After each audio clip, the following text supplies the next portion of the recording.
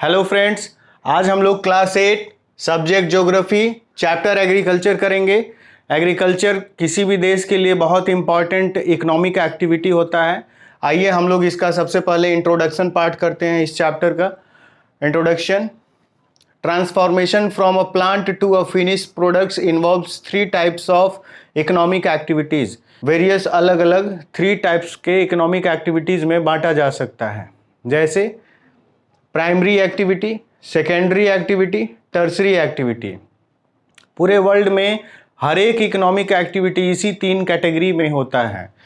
Primary activity includes farming, dairy, poultry farming, fishing, mining etc.. हम लोग primary activity कहेंगे उन सभी चीज़ों को प्राइमरी एक्टिविटी कहेंगे जिसमें हम नेचुरल रिसोर्सेज को यूटिलाइज कर रहे हैं और नेचर मेड प्रोडक्ट्स बन रहे हैं, नेचर मेड प्रोडक्ट्स ग्रो हो रहे हैं। जैसे हम जो कुछ भी फार्मिंग कर रहे हैं, एग्रीकल्चर कर रहे हैं और उसके थ्रू जो भी क्रॉप्स ग्रो कर रहे हैं, चाहे वो सीरियल्स हो, चाहे वो पल्सेज हो, चाहे वो ऑयल सीड्स हो, चाहे वो फ्रूट्स, फ्लावर्स, वेजिटेबल्स हो, चाहे वो ट्रीज़ हो, श्रब्स हो या क्रीपर्स हो, चाहे वो हम बात करें डेयरी फार्मिंग की जिसमें हम काऊ, बुफेलो, गोट या किसी भी और जानवर से मिल्क निकाल रहे हैं, तो वो सारी चीज़ें बायोलॉजिकल प्रोसेस है, नेचुरल चीज़ें हैं। जैसे फिशिंग, पोल्ट्री फार्मिंग या फिर माइनिंग, नेचर में अर्थ को एक्सट्रैक्ट कर रहे हैं, उसमें हम डीप स्कार्स बना रहे हैं और उसके थ्रू माइनिंग करके मिनरल्स और एनर्जी रिसोर्सेज को निकाल रहे हैं, या फिर नेचुरल रिसोर्सेज में कोल, पेट्रोलियम या फिर एनर्जी रिसोर्सेज को निकाल रहे हैं। तो ये सब कुछ हमारे लिए क्या है, नेचुरल रिसोर्स है, क्योंकि ये सारी चीज़ें हम प्राइमरी एक्टिविटी के थ्रू निकाल रहे हैं और ये सभी चीज़ें प्राइमरी एक्टिविटी में ही काउंट होंगी, क्योंकि ये सब कुछ नेचर मेड प्रोडक्ट है, मैन मेड प्रोडक्ट्स नहीं है। सेकेंडरी एक्टिविटी, सेकेंडरी एक्टिविटी हम उसे बोलेंगे जिसमें हम प्राइमरी एक्टिविटी के थ्रू जो कुछ भी नेचर मेड प्रोडक्ट्स को यूज कर रहे हैं उसको एक रॉ मटेरियल की तरह यूज कर रहे हैं इस सेकेंडरी एक्टिविटी में। जैसे हमने माइनिंग के थ्रू आयरन ओर निकाला, बॉक्साइट निकाला, आयरन ओर से हमने आयरन और स्टील बनाया, मैन्युफैक्चर किया, या फिर हम लोगों ने बॉक्साइट के थ्रू एल्युमिनियम को मैन्युफैक्चर किया। उसी तरीके से कॉपर, गोल्ड या फिर और भी बहुत सारी चीज़ें हम निकाले और उसको मैन्युफैक्चर किए। वैसे ही हम ब्रेड को बेक कर रहे हैं, ब्रेड हम लोग व्हीट से लिए, व्हीट प्राइमरी एक्टिविटी का प्रोडक्ट था। वैसे ही वीविंग ऑफ क्लॉथ कर रहे हैं, यानी कपड़े बना रहे हैं। प्राइमरी एक्टिविटी में हम लोगों ने इसको या तो शिप से रियर किया या फिर हम लोगों ने वीविंग ऑफ क्लॉथ किया। वीविंग ऑफ क्लॉथ का मतलब कि हम लोगों ने कपड़े बनाए। कपड़े प्राइमरी एक्टिविटी का कॉटन हो सकता है, सिल्क हो सकता है सेरीकल्चर का, या फिर ऊन हो सकता है। प्राइमरी एक्टिविटी के प्रोडक्ट को, नेचर मेड प्रोडक्ट को सेकेंडरी एक्टिविटी में रॉ मटेरियल की तरह से यूज किया जाता है और प्रोडक्ट्स बनाए जाते हैं। तो सेकेंडरी एक्टिविटी का सीधा मतलब हो गया इंडस्ट्री का काम या फिर मैन्युफैक्चरिंग ऑफ गुड्स या production of goods and services. तो ये सेकेंडरी एक्टिविटी हो गया। टर्सरी एक्टिविटी के थ्रू ये सारे गुड्स, सर्विसेज, ये सब कुछ एंड यूजर्स यानी कंज्यूमर्स तक पहुंचते हैं। जैसे इट इंक्लूड्स वेरियस सर्विसेज, जैसे ट्रांसपोर्टेशन। जब तक ये गुड्स और सर्विसेज इस कंपनी में बने हुए प्रोडक्ट्स को कैरी करके हमारे आसपास near by wholesaler, retailer shops या छोटे बड़े बिग मॉल्स में नहीं पहुंचाएगा ट्रांसपोर्ट करके, तब तक हमारे तक यह प्रोडक्ट नहीं पहुंचेगा। उसी में एजुकेशन है, ट्रेड है, banking, insurance, communication, storage, advertising या हेल्थ, मेडिकल फैसिलिटीज़ या फिर और भी बहुत तरह के, जैसे पुलिस सर्विसेज या फिर सिक्योरिटी सर्विसेज या फिर कोर्ट की सर्विसेज। तो इस तरीके से जितने भी तरह के सर्विसेज हैं वो इस टर्सरी सेक्टर में आते हैं और टर्सरी सेक्टर सबसे इम्पॉर्टेंट हो जाता है। लेकिन सेकेंडरी और टर्सरी सेक्टर तब तक आगे नहीं बढ़ सकता है जब तक उसको प्राइमरी सेक्टर से रॉ मटेरियल नहीं मिले। तो इसलिए हमारे लिए प्राइमरी एक्टिविटी बहुत इम्पॉर्टेंट होता है। अब इसी प्राइमरी एक्टिविटी का फर्स्ट इम्पॉर्टेंट टॉपिक है एग्रीकल्चर, और उसी एग्रीकल्चर पे ये पूरा चैप्टर है। एग्रीकल्चर, एग्रीकल्चर किसे कहते हैं? It is the art and science of cultivating the soil and raising crops and rearing animal stocks. ये कला और विज्ञान दोनों का एक मिक्सचर है। इसका मतलब ये आर्ट और साइंस का एक मिक्सचर है जिसमें हम सॉइल को कल्टीवेट करके क्रॉप्स को रेज करते हैं या एनिमल्स को पाल पोस कर उनके एनिमल प्रोडक्ट्स को यूज करते हैं। जैसे काऊ बुफेलो गोट है तो उसका मिल्क यूज कर लिए, वैसे ही पोल्ट्री फार्मिंग में एग और मीट यूज किए। वैसे ही हम लोग अलग अलग ये जो कल्चर्स है, जैसे सेरी कल्चर, इसमें हम लोगों ने सिल्क वर्म से सिल्क पाया। वैसे ही पीसी कल्चर है, पीसी कल्चर में हम लोगों ने फ़िश ब्रीडिंग किया और उससे फ़िश की नई नई चीज़ों को हम लोग पाए। वैसे ही वीटी कल्चर है, इसमें अंगूर की खेती की जाती है। वैसे ही हॉर्टिकल्चर है, इसमें फ्रूट्स वेजिटेबल्स और फ्लावर्स का फार्मिंग होता है। वैसे ही और भी बहुत तरह के कल्चर होते हैं और उसी के बारे में हम लोग यहाँ पर इस एग्रीकल्चर में देख रहे हैं। It fulfils people's primary need of food and clothing. ये एग्रीकल्चर के थ्रू पीपल के प्राइमरी नीड फूड और क्लोथिंग को पूरा करता है। प्राइमरी नीड में 5 चीज़ें होती हैं, जैसे food, shelter, cloth, medical facilities and education. लेकिन यहाँ पर हम लोग क्या बात कर रहे हैं, फूड और क्लोथिंग का नीड इस एग्रीकल्चर से पूरा होता है। The word agriculture is derived from the Latin word. ये एग्रीकल्चर एक लैटिन वर्ड से डिराइव्ड हुआ है। इसमें एगर या एग्री, एग्री का मीनिंग सॉइल होता है और कल्चर का meaning denotes cultivation of soil होता है। इसका सीधा मतलब है कि एग्रीकल्चर का Latin meaning agri plus culture हुआ और एग्री प्लस कल्चर का सीधा मतलब हो गया कल्टीवेशन ऑफ सॉइल, यानी कि मिट्टी को जोतना, उसको सींचना और उसके थ्रू अलग अलग वेराइटी के क्रॉप्स को ग्रो करना, उस क्रॉप्स को डायरेक्ट यूज करना या फिर उसका मैन्युफैक्चरिंग सेक्टर के थ्रू, सेकेंडरी सेक्टर के थ्रू उसके वेरियस अलग अलग वेराइटी के products banana. Thus, agriculture or farming means cultivation of soil with various inputs like seed, machinery, chemicals and labor. इसमें हम लोग वेरियस इनपुट्स को यूज करते हैं। ये वेरियस इनपुट्स क्या हो सकता है, तो इसमें सीड, मशीन्स, केमिकल्स, लेबर, इन सभी चीज़ों को यूज करते हैं। उसके बाद ये फाइनल क्रॉप्स या जो भी वेरियस प्रोडक्ट्स हैं, चाहे वो सिल्क हो, फिश हो, ग्रेप्स हो, फ्रूट वेजिटेबल्स, फ्लावर्स हो या फिर सीरियल्स हो, ऑयल सीड्स हो या फिर और भी वेराइटी के प्रोडक्ट्स हों, चाहे वो कमर्शियल क्रॉप्स हो या फिर वो हमारे लिए हैवी वैल्यू के क्रॉप्स हों, तो ये सब कुछ हम तब ग्रो करते हैं जब उसमें वेरियस टाइप के इनपुट्स डालते हैं। ये वेरिएटी इनपुट्स क्या हो सकते हैं, उसमें सीड हो सकता है, नॉर्मल सीड भी हो सकता है, HYV सीड भी हो सकता है। HYV सीड का फुल फॉर्म होता है high yield variety seed. High yield variety seeds को लैब्स में बनाया जाता है और उसके थ्रू हाई प्रोडक्टिविटी के टारगेट को, एम को अचीव किया जाता है। इसमें प्रोडक्टिविटी भी हाई होता है, इसमें न्यूट्रिएंट्स और वैल्यूज़ जो हैं वो भी ज़्यादा होता है और इस तरीके से किसानों को हाई यील्ड वैरायटी के सीड्स के थ्रू जो भी प्रोडक्शन होता है उससे प्रॉफिट भी उनका बिगर होता है। नो डाउट इसके वजह से और भी चीज़ें, जो कुछ भी इनपुट्स है वो ज़्यादा हायर लेवल पे लगता है। जैसे कि एक किसान का कैपिटल भी हायर इसमें इन्वेस्ट होगा, उसमें इरिगेशन भी ज़्यादा लगेगा, केमिकल्स फर्टिलाइजर्स भी ज़्यादा लगेंगे और इस तरीके से एक किसान को हाई यील्ड वैरायटी के सीड्स के थ्रू ग्रो करने में भी अलग अलग लेवल पे ज़्यादा मेहनत करना होगा। तो वो बात हम लोग लेबर में कर रहे हैं। मशीन्स, केमिकल्स सब कुछ इस्तेमाल किया जाएगा इस इनपुट्स में। Next, it involves different processes of farming like sowing, ploughing, irrigation, weeding, harvesting, etc। इसमें हम लोग वेरियस प्रोसेस को इन्वॉल्व करते हैं। जैसे वेरियस प्रोसेस क्या हो सकता है, सोइंग या प्लगिंग। प्लगिंग का मतलब खेत जोतना और उसके थ्रू सीधे सीड्स को मिट्टी में डाल देना, और सोइंग का मतलब कि जैसे कि हम लोग राइस की बात कर लें, पैडी को, तो उसके धान के प्लांट को पानी में डाला जाता है, गाड़ा जाता है। Irrigation, weeding, harvesting. Harvesting last process होता है।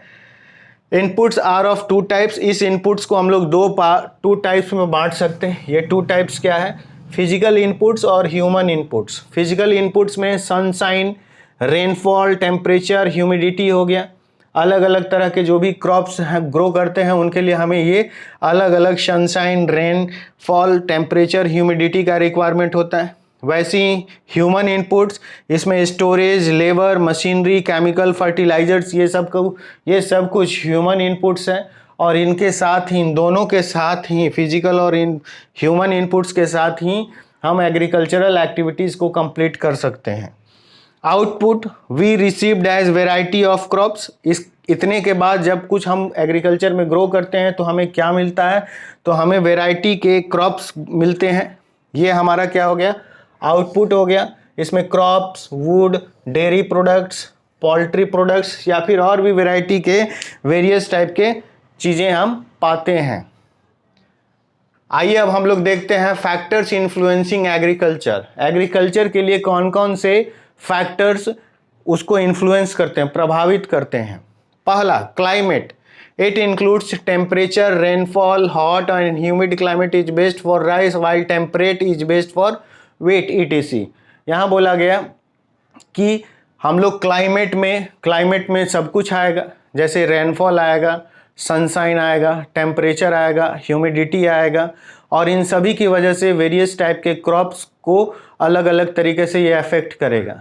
कोई इसके फेवर में होगा, कोई इसके फेवर के अगेंस्ट होगा। किसी क्रॉप्स में पानी की ज़रूरत यानी रेनफॉल की ज़रूरत कम होती है, किसी में रेनफॉल की ज़रूरत ज़्यादा होती है। वैसे ही किसी में क्लाइमेट में टेम्परेचर की ज़रूरत कम होती है, किसी में टेम्परेचर की ज़रूरत ज़्यादा होती है। जैसे यहाँ पर एग्जांपल है, हॉट और ह्यूमिड क्लाइमेट चाहिए। हॉट और ह्यूमिड क्लाइमेट किसके लिए चाहिए, राइस के प्रोडक्शन के लिए, जबकि टेम्परेट क्लाइमेट चाहिए वीट के प्रोडक्शन के लिए। इसी तरीके से क्रॉप्स के वेरियस टाइप के वेराइटीज़ होती है, उन सारे वेराइटीज़ के लिए डिफरेंट क्लाइमेट्स ज़रूरी होता है। Second point, relief of land. Land किस तरह का है ये भी इम्पॉर्टेंट होता है। क्या वो प्लेन्स है, क्या वो लोलैंड्स है, क्या वो माउंटेनियस रीजन का लैंड है। तो लैंड के वेराइटीज़ पे भी डिपेंड करता है क्रॉप्स का इफेक्टिव तरीके से ग्रो होना। जैसे हिली एरियाज़ में हम क्या ग्रो कर सकते हैं, तो यहाँ पे फ्रूट्स, टी, कॉफ़ी ये बहुत अच्छे से ग्रो कर सकते हैं। जबकि प्लेन्स में हम लोग क्या ग्रो कर सकते हैं, तो प्लेन्स में हम लोग हर तरह के सीरियल्स को ग्रो कर सकते हैं, जैसे कि वीट, राइस, इन सभी चीज़ों को। तो ये हो गया रिलीफ ऑफ लैंड का पॉइंट। थर्ड पॉइंट है सॉइल्स की वैरायटी भी अलग अलग तरह के वेरियस टाइप के क्रॉप्स को ग्रो करने में हेल्प करती है। जैसे ब्लैक सॉइल में कॉटन बहुत अच्छे से ग्रो हो सकता है। उसी तरीके से एलुवियल सॉइल में वीट और राइस का प्रोडक्शन बहुत अच्छा होता है। इसी तरीके से वैरायटी के अलग अलग प्रोडक्ट्स होते हैं और उसमें वैरायटी के अलग अलग क्रॉप्स ग्रो हो सकते हैं। जैसे एरिड सॉइल में जेट्रोफा, जोजोबा जैसे बायोडीजल प्लांट्स को ग्रो किया जाता है। तो इस तरीके से अलग अलग सॉइल्स की वैरायटी अलग अलग टाइप के क्रॉप्स को ग्रो करने में हमें हेल्प करती है। नंबर 4, अवेलेबिलिटी ऑफ वाटर का भी अवेलेबिलिटी बहुत इंपॉर्टेंट होता है। हर वक्त हमेशा रेन हो ये ज़रूरी नहीं है, इसलिए वाटर की अवेलेबिलिटी भी इंपॉर्टेंट होती है। कहीं कुछ क्रॉप्स को वाटर का नीड ज़्यादा होता है, कुछ क्रॉप्स को वाटर का नीड कम होता है। जैसे irrigation is important for growth of crops, some needs high while some requires low water. जैसे हम जानते हैं कि पैडी या राइस को ग्रो करने के लिए हमें ज़्यादा वाटर का रिक्वायरमेंट होता है, वैसे ही वीट के लिए बहुत ज़्यादा का रिक्वायरमेंट नहीं होता है। उसी तरीके से कुछ 3 मंथ वाले क्रॉप्स होते हैं, कुछ 9 मंथ वाले क्रॉप्स होते हैं। 3 to 4 मंथ वाले जितने भी सीरियल्स हैं वो सब होते हैं। जितने भी शुगर केन की वैरायटी है वो सब कुछ ग्रो होने में लगभग 9th to 10th मंथ लग जाते हैं। 5th, cultural and economic factors. कुछ कल्चरल और इकोनॉमिक फैक्टर्स भी होते हैं जो हमारे लिए एग्रीकल्चर के फैक्टर्स को इन्फ्लुएंस करते हैं। जैसे ये क्या हो सकते हैं, इट मीन्स मार्केट का होना ज़रूरी है। मार्केट होगा तो उसके अकॉर्डिंगली फार्मर्स एग्रीकल्चरल एक्टिविटी करेंगे। मीन्स ऑफ ट्रांसपोर्टेशन भी इम्पॉर्टेंट फैक्टर है कि फार्मर्स को यदि ट्रांसपोर्टेशन फैसिलिटी है तो वो कमर्शियल क्रॉप्स भी ग्रो करेंगे और अपने फार्म प्रोडक्ट्स को बहुत दूर तक मार्केट तक ले जा सकेंगे। ट्रांसपोर्टेशन फैसिलिटी ज़रूरी होता है। वैसी अवेलेबिलिटी ऑफ लेबर का चीप एंड एबंडेंट लेबर का रिक्वायरमेंट होता है। जैसे हम यदि यहाँ पर टी की बात कर लें, टी या कॉफ़ी की, तो इसमें चीप एंड एबंडेंट लेबर का रिक्वायरमेंट बहुत ज़्यादा होता है, और उसी तरीके से जब ये लेबर अवेलेबल होंगे तो उस तरह का एग्रीकल्चरल एक्टिविटी फार्मर्स कर सकेंगे। कैपिटल और लोन्स, ये भी इम्पॉर्टेंट होता है। किसी किसी फार्म एक्टिविटी में कैपिटल इनपुट ज़्यादा चाहिए, लोन रिक्वायरमेंट भी होता है। तो इस तरीके से कैपिटल हो, लोन हो, या फिर लेबर हो, मार्केट हो, ट्रांसपोर्टेशन हो, ये सब कल्चरल और इकोनॉमिक फैक्टर्स है जो फार्मर्स को उनके फार्मिंग एक्टिविटी को करने के लिए अलग अलग तरीके से अफेक्ट करते हैं, ये इन्फ्लुएंस करते हैं। ठीक है, आइए नेक्स्ट पॉइंट देखते हैं, इंपॉर्टेंस ऑफ एग्रीकल्चर। एग्रीकल्चर का इंपॉर्टेंस क्या है? इंपॉर्टेंस तो हम लोग यहाँ पहले देख चुके हैं कि प्राइमरी एक्टिविटी के थ्रू एग्रीकल्चरल प्रोडक्ट्स, जब नेचर मेड प्रोडक्ट्स तैयार किए जाते हैं ह्यूमन लेबर से, उनके एफर्ट्स से, चाहे उसमें हम सीड्स की बात कर लें या फिर उसमें मशीन्स या और भी जो टूल्स हैं उसके थ्रू, हेल्प के थ्रू, जब ये इनपुट्स के थ्रू प्राइमरी एक्टिविटी में एग्रीकल्चरल क्रॉप्स, चाहे वो सीरियल्स हो, ऑयल सीड्स हो, पल्सेस हो, फ्रूट्स हो, वेजिटेबल्स हो, या फिर कमर्शियल क्रॉप्स हो। कमर्शियल क्रॉप्स का मतलब हम बात कर रहे हैं शुगर केन की, jute, cotton, T, coffee, Indigo, ये सब कुछ हमारे लिए क्या है? या तो कमर्शियल क्रॉप्स है या फिर हमारे लिए स्टेपल डाइट फूड्स है। तो इन सभी तरह के क्रॉप्स इस प्राइमरी एक्टिविटी में ग्रो होते हैं, और ये सबसे इम्पॉर्टेंट, इसका इम्पॉर्टेंस ये है क्योंकि ये प्राइमरी एक्टिविटी के वजह से ही सेकेंडरी और टर्सरी एक्टिविटीज़ फर्दर आगे हो पाता है। Most of the people depends on agriculture for livelihood, earning directly indirectly. हम एग्रीकल्चर को इम्पॉर्टेंट इसलिए भी मानते हैं क्योंकि हमारे इंडिया में और वर्ल्ड में भी ज़्यादा से ज़्यादा लोग इस एग्रीकल्चर पे डायरेक्टली या इनडायरेक्टली इन्वॉल्व है। डायरेक्टली का मतलब कि सीधे सीधी वो लोग फार्मिंग एक्टिविटी कर रहे हैं। इनडायरेक्टली का सीधा मतलब हो गया कि वो फार्म प्रोडक्ट्स पर डिपेंडेंट हैं, उसको सेल करने में, चाहे फर्दर उसका मैन्युफैक्चरिंग में। Next, it's a major occupation in the developing countries. हम लोग यहाँ बात कर रहे हैं डेवलपिंग कंट्रीज़ की, इंडिया भी डेवलपिंग कंट्रीज़ हैं। डेवलप्ड इकोनॉमी में टर्सरी और सेकेंडरी सेक्टर ज़्यादा यूटिलाइज होता है, जबकि डेवलपिंग इकोनॉमी में प्राइमरी सेक्टर में एग्रीकल्चर सबसे ज़्यादा यूटिलाइज होता है। इंडिया का 50% से ज़्यादा वर्कफोर्स एग्रीकल्चरल एक्टिविटी कर रहा है, और इंडिया का ऑलमोस्ट 2/3 पॉपुलेशन, लगभग 66% पॉपुलेशन इस प्राइमरी एग्रीकल्चरल प्रोडक्ट्स पे निर्भर है, डिपेंडेंट है।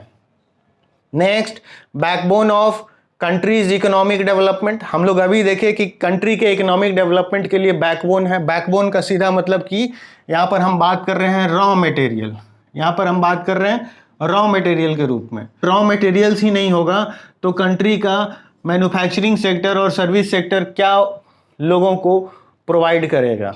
तो वही बात यहाँ समझाया गया कि किसी भी इकोनॉमिक डेवलपमेंट के लिए, खासकर हमारे देश इंडिया के इकोनॉमिक डेवलपमेंट के लिए बैकबोन का काम एग्रीकल्चर करता है। It supplies food and raw materials to the various industries.